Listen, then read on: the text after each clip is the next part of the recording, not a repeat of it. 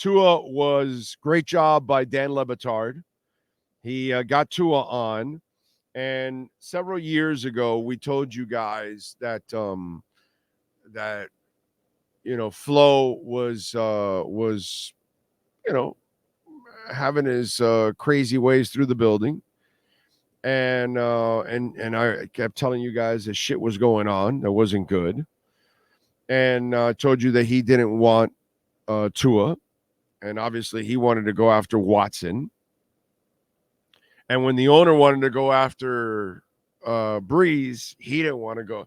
Like Flo was a real piece of work. You get hired, they give you a guaranteed 5-year deal. So, dude, they're paying you 5 years no matter what. So the team, the front office kind of prepares things to kind of tank. And there's an understanding of tanking, and you refuse to tank, which clearly there was no tanking going on with that team at all. The front office and the ownership had a completely different idea because they want to kind of set themselves up, but Flo would have no part of that. So he would fight that. That's one. Then they wanted to draft Tua. He didn't want Tua. He wanted Jordan Love. So he would fight them even on draft day, war room, everything. And then when they did draft Tua, he made sure that Tua knew he didn't want him, didn't want any part to do with him, that he was going to go with Jabroni Brisket. And he had to go with Jabroni Brisket until he was so embarrassed that he had to go to Tua because he had no choice. And by the way, by him throwing him to the Rams right away, he won. That was sabotage. That was sabotage. I don't care what anybody tells me. He'll never admit it or whatever, but he was sabotaging Tua by throwing him out there to the Rams right away. Behind that offensive line, he knew what was going on. He knew he didn't have a great offense, offensive coordinators, nothing. And he threw him out there. He knew what he was doing, going after, throwing him out there to Aaron Donald and Michael Brockers. He knew it, bro. Okay? All right. And then when the owner wants to go for Drew Brees, for Sean Payton and for Tom Brady, he then fights that. And then he also is meeting and trying to meet with the owner so he can circumvent the front office people because he wants power of personnel. I mean, this guy fought everything. Didn't go along with a damn thing. One way or the other. And then now he's out. I personally think that he's in the NFL because of the PR look of it and all. They want, even though he's suing them and all that stuff, they wanted in this instance to kind of look like, oh, we took the high road. We still hired him. He's still part of it. I don't think anybody will ever give that guy a head coaching job. I mean, considering what went on here, how could you ever trust that guy?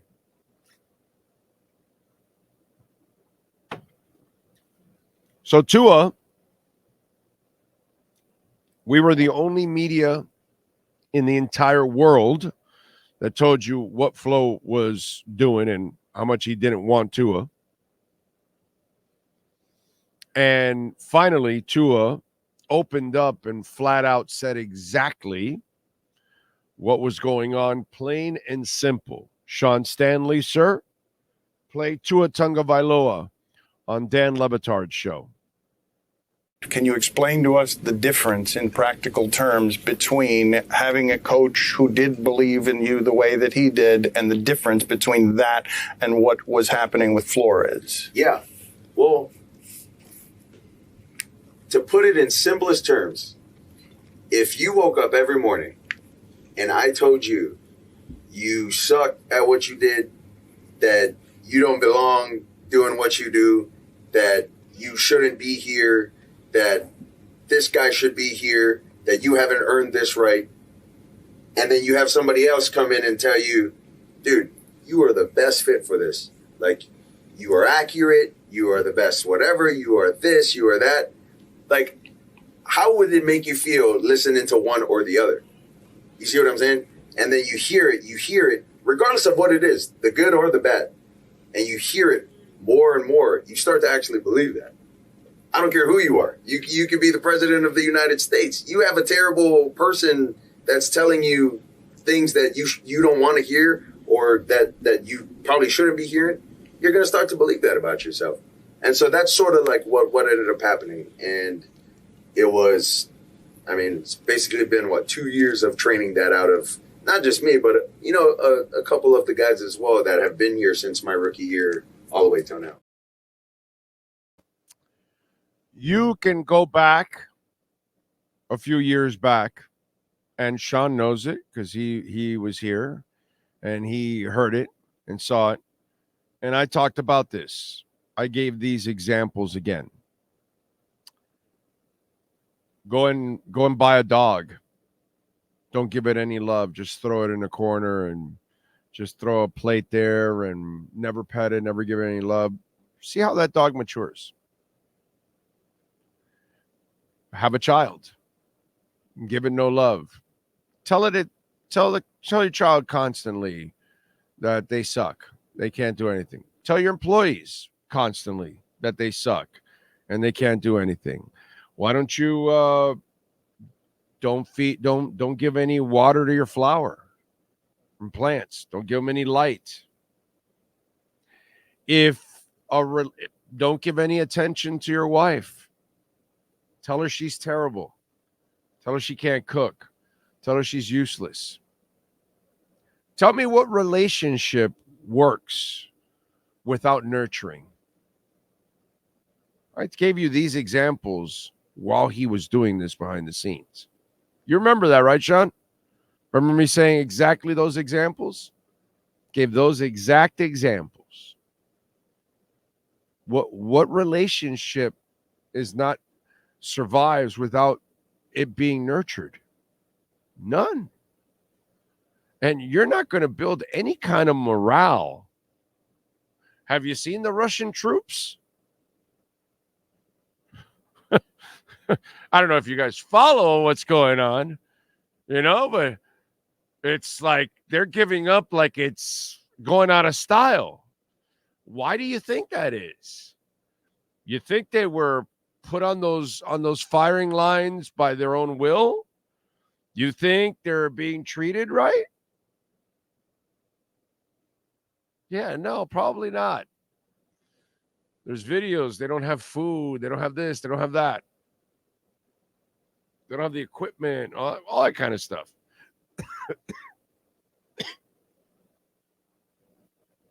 For Christ's sake, their tanks had Garvins on it.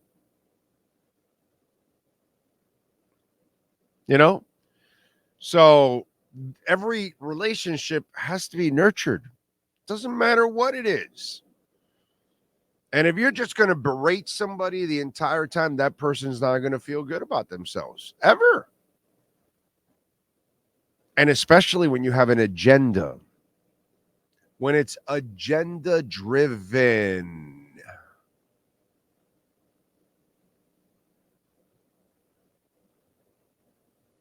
You're the stepfather in a relationship, and that's not your kid. Agenda driven, while you'll be negative with that child. You're not going to nurture that child. You're not going to build a relationship. You don't care.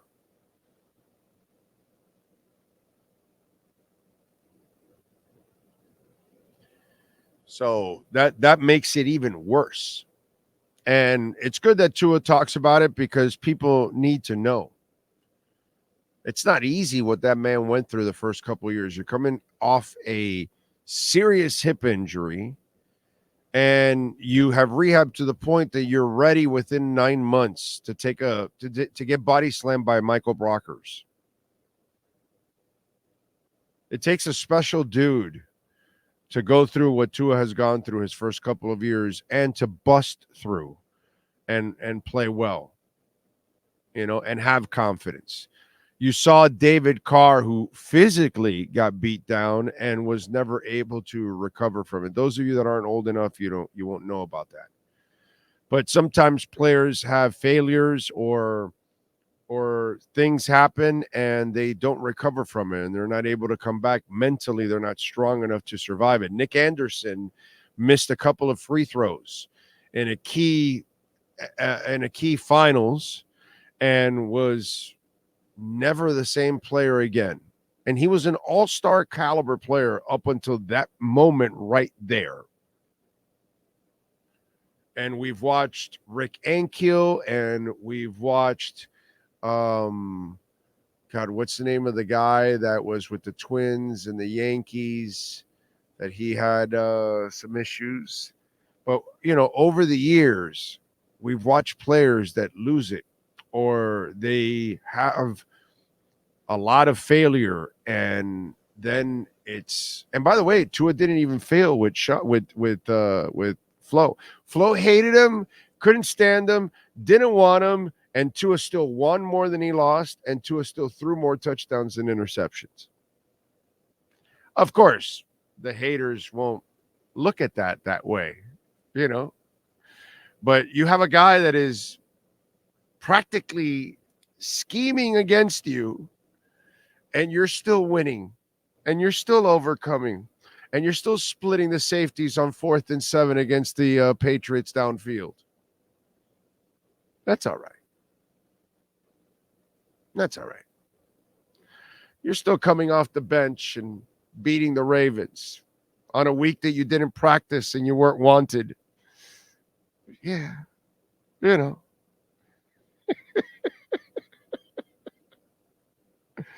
You guys are a trip, man.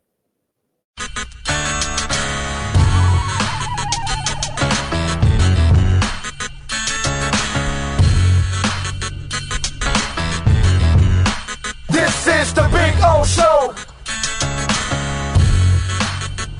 This is the Big O Show.